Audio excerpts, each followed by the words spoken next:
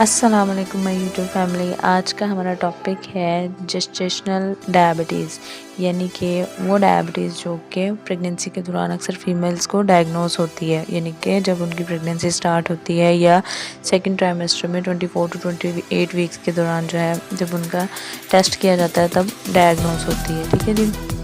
Gestational diabetes तो ये होती है जो प्रेगनेंसी के दौरान जो है डायग्नोज होती है। उसके अलावा डायबिटीज़ की 2 टाइप्स होती हैं, टाइप 1 और टाइप 2। टाइप 1 डायबिटीज़ जो होती है वो इंसुलिन डिपेंडेंट जो है ना डायबिटीज़ होती है, यानी कि अगर टाइप 1 डायबिटीज़ है आपको तो उसमें आपको डेफिनेटली जो है वो इंसुलिन के इंजेक्शंस जो हैं वो लेना होंगे। वो इस वजह से कि आपकी बॉडी में जो बीटा सेल्स हैं वो इंसुलिन ही नहीं बना रहे। ठीक है जी। और सेकंड टाइप होती है इसकी टाइप 2 डायबिटीज़ मेलाइटिस, जो कि अक्सर प्रेगनेंसी में भी जो फीमेल्स को होती है वो टाइप 2 ही होती है।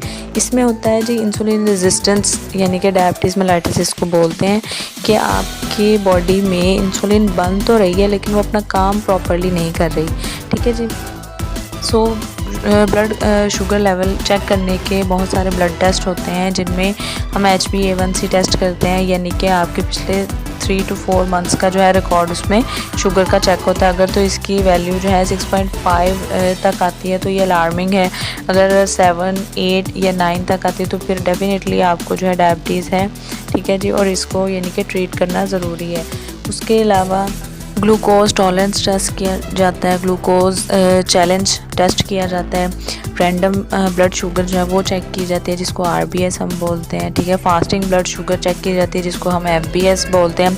तो इस तरह बहुत सारे मतलब कि शुगर के जो हैं वो टेस्ट होते हैं जिनको परफॉर्म किया जाता है ये चेक करने के लिए कि आपको शुगर है या नहीं है। टाइप 1 डायबिटीज़ ऐसी है जो कि आपको प्रेगनेंसी से पहले ही होती है, यानी कि जो इंसुलिन डिपेंडेंट डायबिटीज़ है। और अगर किसी पेशेंट को इस चीज़ के बारे में पहले से नॉलेज है तो डेफिनेटली वो अपने यानी कि गायनेकोलॉजिस्ट को बताएगी कि मुझे पहले से यानी कि डायबिटीज़ है, वो डायबिटिक पेशेंट हैं। ठीक है जी। सो जो जेस्टेशनल डायबिटीज़ है ये आपको आफ्टर बर्थ यानी कि 2 to 3 वीक्स तक इसके जो हैं वो रहती हैं थोड़े से मतलब के इम्पैक्ट। उसके बाद ये बिल्कुल आपके बॉडी से ख़त्म हो जाती है। ठीक है। बहुत कम रेयर चांस है कि किसी फीमेल को फिर बाद में भी आफ्टर डिलीवरी भी डायबिटीज़ हो जाए। ठीक है जी। इसके रीज़न्स होते हैं आपका अनहेल्दी लाइफस्टाइल, सीडेंट्री लाइफस्टाइल, मतलब आप बिल्कुल भी एक्सरसाइज नहीं कर रहे हैं, आप जंक फूड खा रहे हैं, आप कार्बोहाइड्रेट ज़्यादा ले रहे हैं, प्रोटीन कम ले रहे हैं, या आप ओबीस हैं, ओवरवेट हैं। ठीक है जी। सो ये सारी कंडीशंस होती हैं जिनकी वजह से हमारी बॉडी में ग्लूकोज लेवल जो है वो बहुत ज़्यादा हो जाता है। ठीक है जी। और इंसुलिन जो होता है वो जितना नॉर्मली हमारी बॉडी में प्रोड्यूस करना होता है वो इनसफिशेंट हो जाता है इतने ज़्यादा ग्लूकोज को यानी हैंडल करने के लिए। ठीक है जी। और इसलिए इंसुलिन अपना प्रॉपर्ली काम नहीं कर पाता। अब जेस्टेशनल डायबिटीज़ होती क्यों है? असल में प्रेगनेंसी जो है वो एक फिजियोलॉजिकल चेंज है जो कि फ़ीमेल की बॉडी में यानी कि होता है। ठीक है। फिजियोलॉजिकली चेंज है ये। सो इस दौरान क्या होता है, प्लेसेंटा से बहुत ज़्यादा हार्मोन्स जो हैं वो रिलीज़ हो रहे होते हैं। ठीक है जी।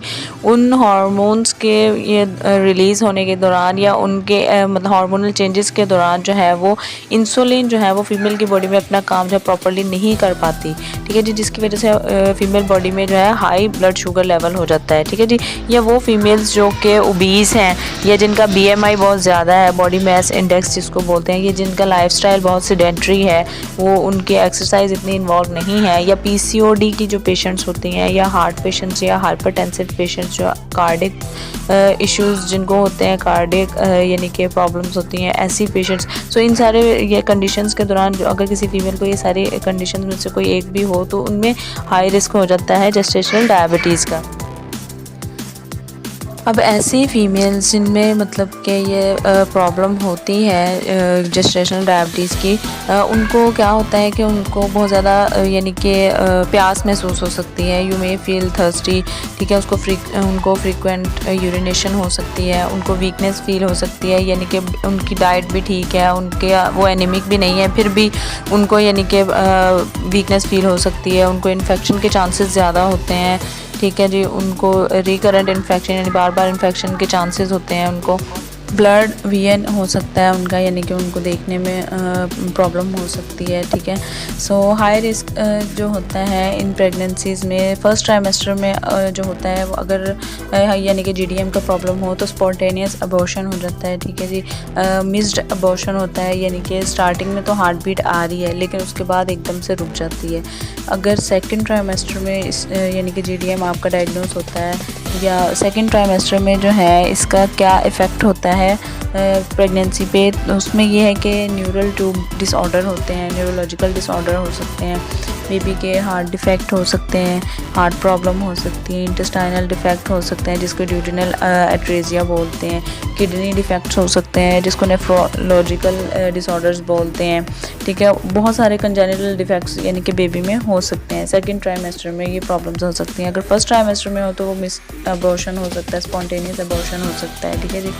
तो ये ज़रूरी है कि मदर के जो हैं वो ग्लूकोज टेस्ट जो हैं वो लाजमी प्रेगनेंसी के तीनों ट्राइमेस्टर्स में लाजमी किए जाएँ। और अगर किसी की जीडीएम डायग्नोस होती है फर्स्ट ट्राइमेस्टर में ही अगर हो जाती है तो वो आफ्टर एवरी 4 वीक्स जो है उनके टेस्ट जो हैं वो लाजमी रिपीट होने चाहिए और उनको according to the value of the sugar level उनको यानी कि उस हिसाब से फिर मेडिसिन या इंसुलिन जो है वो रिकमेंड की जाती है। इसके अलावा बिफ़ोर बर्थ जो है वो यानी कि बेबी का साइज़ मदर के वोम में जो है वो बड़ा हो जाता है जिसकी वजह से ट्रबल हो सकती है एनवीडी में यानी कि नॉर्मल डिलीवरी में और डॉक्टर्स को सिजेरियन की तरफ जाना पड़ सकता है। इसका हरगिज़ मतलब ये नहीं कि आपकी नॉर्मल डिलीवरी नहीं हो सकती। 4.5 kg वेट तक जो है वो बेबी का अगर वेट हो तो नॉर्मल डिलीवरी जो है वो की जा सकती है। उसके अलावा 9th मंथ तक प्रेगनेंसी अगर ठीक जा रही है फिर भी सडन डेथ हो सकती है बेबी की, ठीक है। उसके अलावा आफ्टर बर्थ जॉन्डिस का प्रॉब्लम हो सकता है बेबी को, साइज़ यानी कि बड़ा होता है नॉर्मल बेबी की निस्बत, बेबी का साइज़ बड़ा होता है। उसके अलावा जो है पॉलीसाइथेमिया का इशू हो सकता है, ठीक है। पॉलीसाइथेमिया मींस कि आपके रेड ब्लड सेल्स जो है वो बहुत ज़्यादा आपका बोन मैरो जो है वो प्रोड्यूस करता है, ठीक है जी। उसके अलावा आफ्टर बर्थ भी चांस होता है कि बेबी की जो है वो डेथ हो जाती है, सडन यानी कि डेथ हो जाती है, स्टिल बर्थ जिसको हम बोलते हैं, ठीक है जी। जीडीएम के साथ मदर को जो हाई रिस्क होते हैं वो डायबिटिक रेटिनोपैथी के होते हैं, डायबिटिक न्यूरोपैथी के रिस्क होते हैं, उनको मतलब कि किडनी डैमेज का जो है वो रिस्क होता है, ठीक है जी।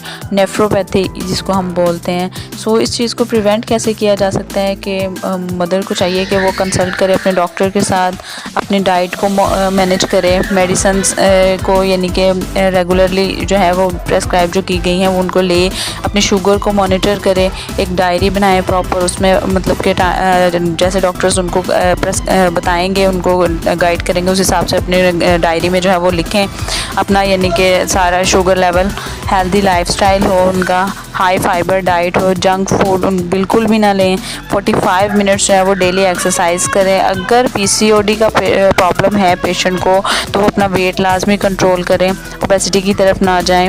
अगर फैमिली हिस्ट्री है आरबीसीज़ की मतलब कि शुगर की तो आरबीसीज़ जो है वो उनका रेगुलरली चेक होना चाहिए, ठीक है जी।